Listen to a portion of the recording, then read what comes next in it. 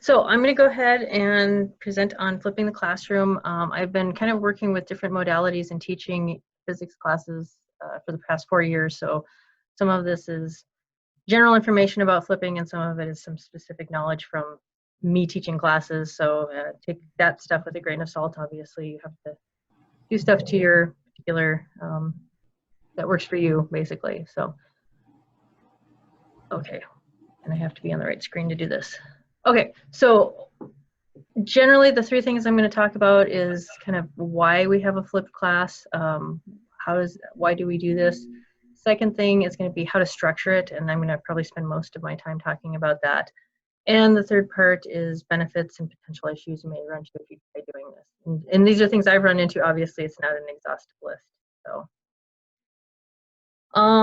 flipped class. So when we're doing the flipped class, generally, a traditional class we start out with, we introduce a topic and lecture, talk about things, and then we send students home and say, okay, go do some homework, and these are the things you need to do. I will say this isn't always true. Obviously, particularly if you're, I would say Sean probably, I know he has people read stuff before class and then come in and talk about it, and so that's kind of the gist of it. Is we're trying to get the students introduced to the topic before they come to class.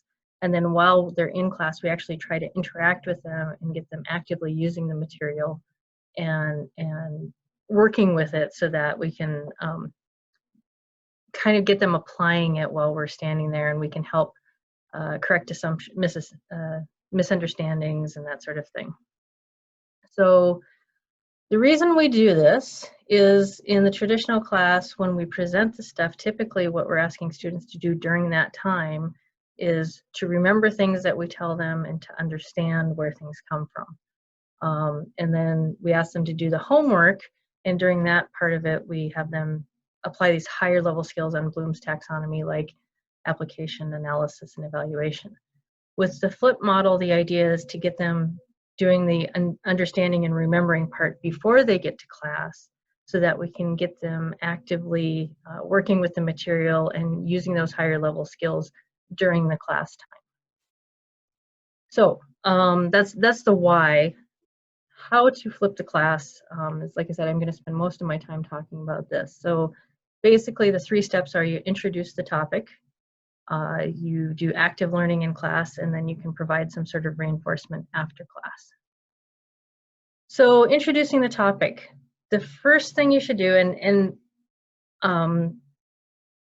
this is kind of an ideal scenario, sometimes it's not this explicit when you're doing it, but you should try to figure out what it is you want them to know when they get to class. What should they be familiar with so that they're not coming into class going, I'm not sure, we never saw anything on that. So you should try to be specific about what it is that you want. And then you kind of look at the delivery method. There's a couple different ways you can do this. I try to provide them information about the stuff that they should know before class at least 2 days ahead of time. But I usually try to give them up to a week. If you do it too far ahead of time, they sometimes don't pay attention, or else they won't remember it once they get to class. So as far as the delivery method, having them read a book or read through a topic, that sort of thing, that's one thing you can do. Videos, there's 2 different ways I approach that one. You can record a lecture or record things that you want them to talk about. You could also go and find YouTube videos or do a mix of the 2. There are a lot of, at least when I'm using this for physics, there's a lot of good videos on physics that have demonstrations and things that would be very difficult for me to do in class. So I do often have them watch videos that I found on YouTube, that sort of thing. That being said, there's kind of this knee-jerk reaction from a lot of the students that if you're not doing at least some of your own videos, they're like, well, she didn't teach us anything. So even though you may spend a lot of time curating videos, it's one of those things where you kind of have to be mindful of what their expectations are. Another thing you can do is some sort of inquiry-based activity. If you're doing, I guess you could say like a pre-lab or something like that, where you're getting them actively doing something and taking measurements or making observations, that sort of thing. So it doesn't necessarily have to be watching a video, even though a lot of places say, well, for before class you should have them watch videos. Not necessarily. Get them doing something so that they're familiar with the material. And then the last thing about introducing the topic is it's a good idea to give them an incentive to complete this, because a lot of students obviously are very busy, and human nature is they're going to try to do the minimum amount of work to get the best grade, which I can't blame them for. So it's usually a good idea to make sure that there's some way to ensure that they do this activity before class. A real simple way is you've got some sort of quiz. So for instance, I will give reading quizzes on my UJ, or I call them reading quizzes, but it sometimes is watching videos. But just, they have to finish the quiz, and the deadline is like right before class, so I know that they've done it before class. You can have them write up their thoughts on what they read. You can have them write up a description. You could have them go on the discussion boards and start talking about it, or post something about it, so there's some sort of way to check that. If you have them doing some sort of pre-lab activity or pre-class activity, you could have them collect data. And one of the things you could do in class is do the data analysis as a group. So there's a lot of different options, but having something tangible and physical is often a really good idea to make sure that that gets done. So I kind of went through, and I'm going to give an example of how I would do this in physics. Obviously, this doesn't necessarily qualify for everyone. And I see Kit laughing at my impulse poster there. So if I am going to be talking about momentum one day in class, I would first try to figure out what is it that they need to know before they get to class, so that they're familiar with what we need to cover in class. So I would expect them to know something about impulse. I would expect them to know a little bit about perfectly elastic equations, and I would expect them to know a little bit, collisions, and I would expect them to know a little bit about perfectly inelastic collisions. So these are the three big things that I would set as goals for that particular class. Now, what could I do, as far as how I'm going to deliver this before a class? Well, I could, if I knew that they had access to a billiards table or something like that, I might write up a little description of something that I would like them to do, and have them go and experiment with the billiard balls and that sort of thing, so that they can talk about those. And I might supplement this with some YouTube videos, for instance.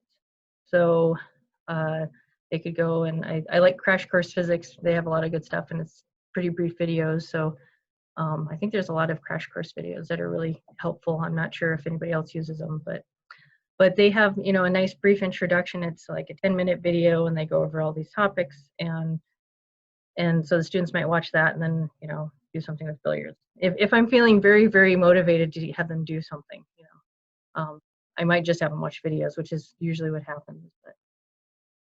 And then the incentive for doing that, well, if I had them going and doing billiard balls or something like that, I might have them fill out a worksheet and bring some data to class, with the idea that this is what we're going to do for the analysis, or obviously going into my UJ and having them take a quiz pre-class. When I'm doing these reading quizzes, I make sure that they're not timed usually, because I like to be able to have them sit there and leave their quiz open, and they can watch the video and answer the quiz questions as they're watching the video. Oops, excuse me. And then, sorry, I lost my train of thought there. And then same thing with books. If they're doing a reading quiz, they can kind of read through the book or something like that, and then go ahead and answer the video, or answer the quiz. So that's kind of what I would set up before they come to class. Now, once they get into class, there's a couple different things you want to think about. First of all, what skills do they need to practice the most? Well, when I'm teaching physics classes, skills I really try to emphasize are basic reasoning skills and problem-solving skills. Those are the ones that they kind of struggle with the most and need the most help with. So that's what I want them doing in class, so that I can kind of work through that stuff with them. And then the second question is what's the best way for them to practice? Well, if I want them doing reasoning skills, the best thing I can do is give them kind of a question and have them work through it and talk through it, that sort of thing. To practice problem solving skills, obviously, I'm going to give them problems to solve as groups. So a couple things to keep in mind. Pre-class work is is really critical to kind of creating this flow. So if it's not connected with the stuff that they did prior to coming into class, they're really not going to see the use for that, activity coming in. So you definitely want to try to connect it with the stuff that they've just seen ostensibly. Another one that's kind of interesting is whether or not you want to make the activity collaborative or competitive. One of the things that I do sometimes is I will actually have groups do a kind of a competition. And for instance, I require engineering paper for some of my classes, and so I was keeping score. I'd randomly assign groups, but then each person in the group would get a score, and then I kind of kept track over the semester. And at the end of the semester, a couple of students got free engineering pads. So, that sort of thing. So I tried to make it competitive. Some students really respond well to that. They will get much more engaged if they feel like they can prove how smart they are or whatever, but they really enjoy it. That being said, there's also a group of them that are not. They really prefer the collaboration. So I think it's a good idea to kind of do a mix of that sort of thing. If you're leaning on doing some of the competitive stuff, don't do it all competitive, because some students will actually more disengage to that. Will disengage when they're in that kind of environment. So the other thing to think about is whatever activity you're doing in class, they expect to get credit for it. So I usually assign like 5% of the grade as in-class activities, but it's more of a show up kind of thing. So it's almost an attendance grade. But the idea is to get them practicing.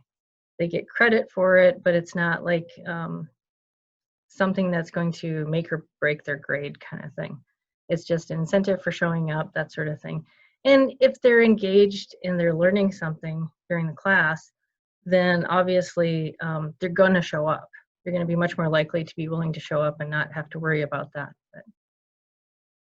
Okay, so some of the activities you can do in class. And now this is, you can just have them problem solve, doing homework sets, which is a lot of times what I will do.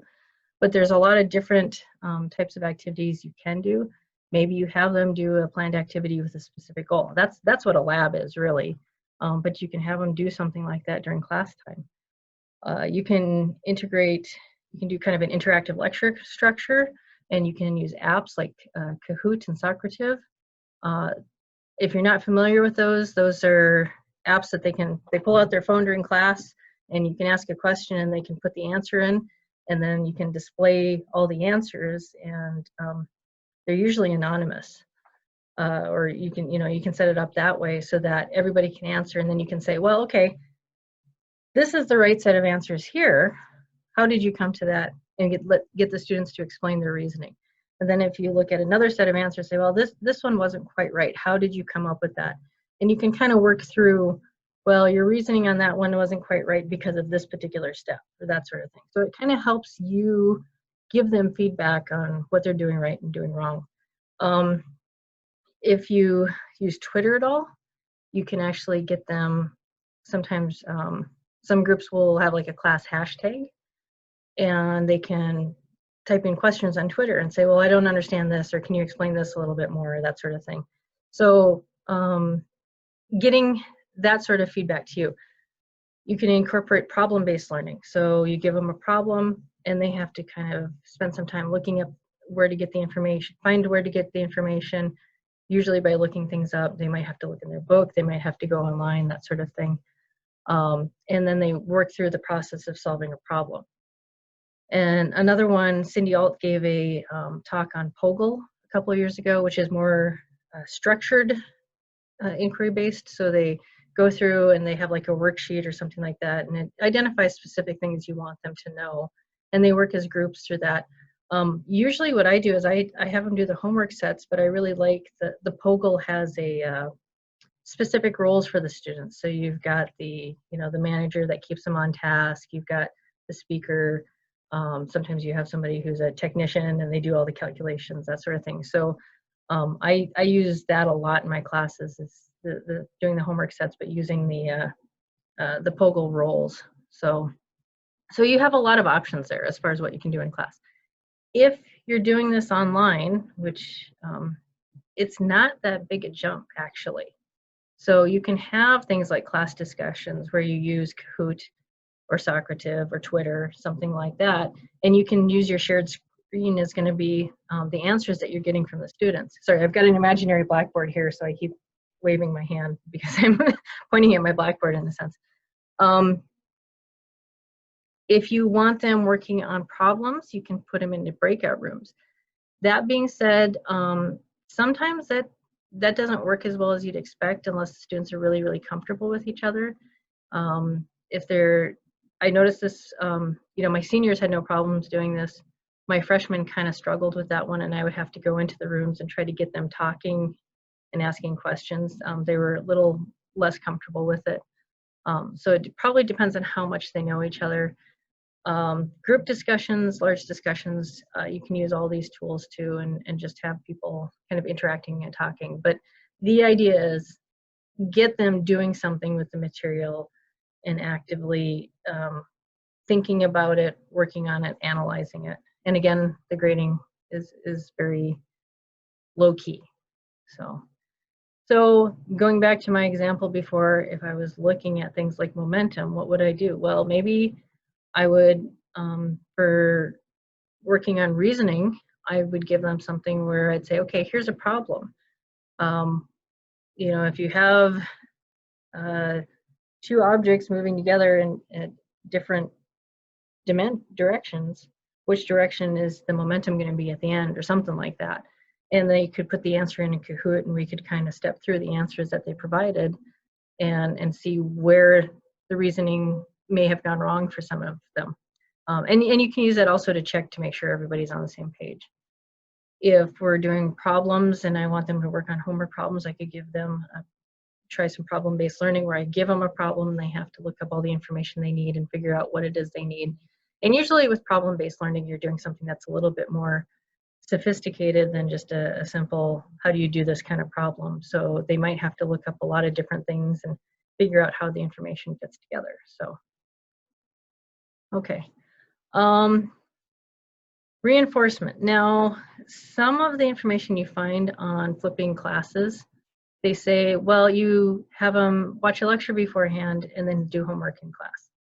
And a lot of people think that's the end of the story. In high school, that's usually the case.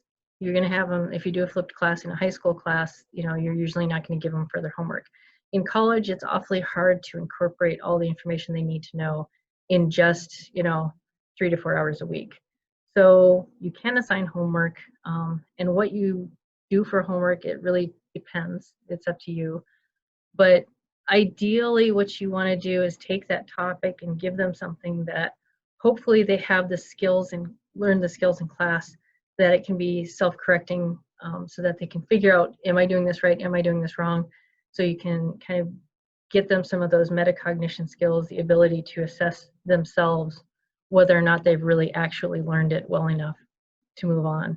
And then you should assess them somehow. So in my example, in physics, what I do is I've actually moved away from doing homework, and I give them problems through videos. So I go through, I explain, here's our 5 homework problems for this section. I go through, I explain how to do it step by step. I record it on a video, I upload it. I also provide the PDF of the video in case they don't have access to the video or want something else to study, so they've got the material there. And then I say, okay, in 3 days, we're going to have a quiz on these 5 problems. And so they have to know, I don't actually give them all 5 problems in the quiz. I pick one of the problems, but they have to be able to do it from memory. And all I do is maybe change some numbers or something like that. So the idea is getting them doing the problem enough that they can do it just like that. And that actually has been just as effective as homework, which kind of surprised me because I expected with not giving homework and not having them work outside of class on those higher level skills that they wouldn't do as well, but they apparently are actually getting it just as well. So, okay, benefits of flipping classes. Generally, in just about every field that they have used this, you're going to see an improvement over a traditional lecture class. Actually, some of you may have had the student Cayman Obeng a couple years ago. He went off to ophthalmology school. Yeah, okay. Yeah, and he as soon as he got there, first semester, he wrote me an email and said, guess what? We're doing flipped classes for all of our classes here. So, and I went and looked, and yeah, there's a bunch of stuff on ophthalmology where they use flipped classes and they get better results from it. And I think a lot of it is, one, students have a better sense of your expectations, but I think part of that is because by doing this process, you're kind of outlining what you expect for students. So by saying, these are my goals, these are the things I want students to know, they understand that, and then you're also clear on what they should know going forward. So another thing I've noticed particularly with the freshmen is they don't really know how to study very well. They kind of go around and they try all the stuff, but they don't necessarily know what works for them. A lot of them will sit there and say, well, I read the textbook, but you know, in physics in particular, it's like, well, okay, you can read the textbook, but until you're doing physics problems, you can't do physics. So I'm giving you a test on how well you do physics, not on how well you read the textbook. So this kind of gives them a sense of doing the things, you know, it helps them structure that time so that they're doing the things they need to learn it. Whereas some of them are a little bit lost without that kind of structure. So the other thing is, by interacting with them early on and getting them thinking about the material in front of you, you are helping them work through those misconceptions early so that when they go on to do the problems, they're not going to be as frustrated. So they're going to have this better sense already of what's going on, and you will hopefully caught some of those early problems that tend to trip them up and make them give up fairly early. So now, potential issues. It is a lot more work to set up a flipped class than it is to do a regular class where you just lecture at them. And I'll be honest about that. I jumped into this first semester with physics, and I jumped in wholehearted with the flipped class, and I was just swamped. So if you're gonna flip a class, I'd suggest, you know, particularly if you're taking a class that you've already been lecturing for, start first semester, maybe just do it once a week. You know, do your regular lecture a couple times and then do a flipped class once a week or something like that, and work your way into it. The other thing is that helps you figure out some of the things that you may, it helps you tweak it basically. When I did this, like I said, I did it all one way and it just went poof. And it was, I mean, the students really did learn well. So I was thankful for that, but I, you know, tripped myself up quite a bit the first year or so. It's usually pretty reliant on technology. So, you know, if you're having to post videos, you're having to use my UJ, that sort of thing. So there's a lot of time in front of a screen for them, unless you can come up with a lot of different ways to get them doing more active learning outside of the classroom. By older students, I mean juniors and seniors. They do not take to the flipped classroom on the whole as well as freshmen do. I think because so many of the older students have already been doing a traditional class where they're used to a lecture, it's a big change for them. And they don't like having their time outside of class that structured as far as how they study and that sort of thing. Freshmen, I think, on the whole, they come in and they're like, I wasn't sure what to expect, so I just went with it. So I found that they tend to take it easier than the students who are more experienced. So, and there is, you know, unlike telling a student you need to study more, you know, there's some very specific things that the students need to accomplish outside of class. So it does make it a little bit more difficult for students who have a lot of time commitments outside of class. So you have to acknowledge that it's a lot of work for them. So so that was my discussion. I don't know if you guys have any questions or thoughts, or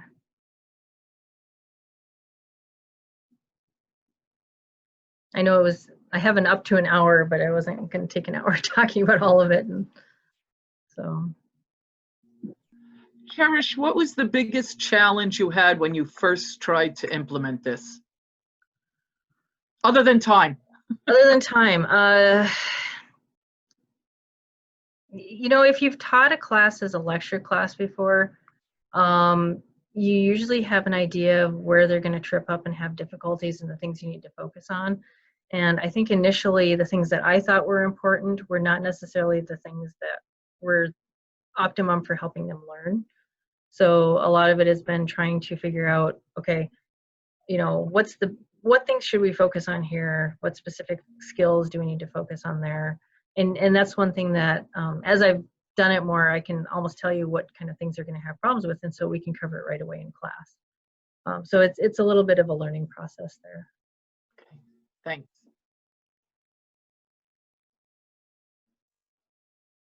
Any other questions?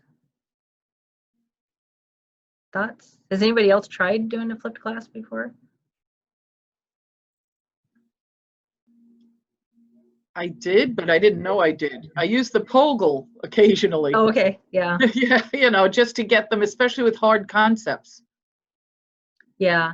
With the POGL, I don't remember specifically. Is there a lot of time spent before class as far as?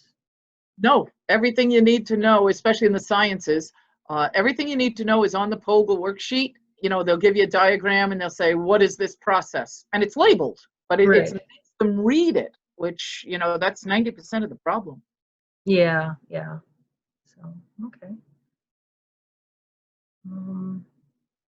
Any other questions? Nope. I will put the slideshow in my L drive, so if anybody wants to look at it and has any questions, and of course if you have any questions you can email me. I thought about I should do this as a flipped class, but but I figure most of you are sufficiently advanced learners that you can self-assess pretty well and don't need me to hold your hand that much. So, but yeah, so I'll provide that on the L drive, and if anybody else has any further questions, then certainly please email me and let me know, and I'll try to do what I can to help. So, all right. Thank you. Sure, no problem. Thanks, Cherish. Sure. All right, everybody have a good rest of your summer. Oh, yeah.